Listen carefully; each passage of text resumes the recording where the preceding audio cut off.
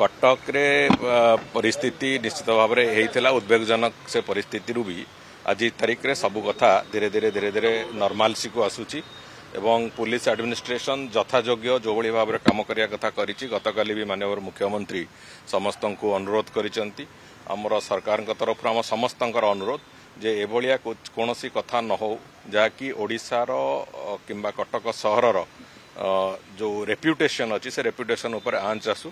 समस्त को भी अनुरोध करुचु जे समस्ते शांति और सौहार्द वातावरण समस्ते बजाय रखु। जहाँ हो आगामी दिन में समस्ते एकाठी रहिबा एवं जो माने ए घटना गुड़िक सहित संपृक्त अच्छी समस्तंकर मत एवं समस्ते भी से बाबद सजग अच्छी से कठोर रु कठोर शास्ति विधान भी करा जिवो।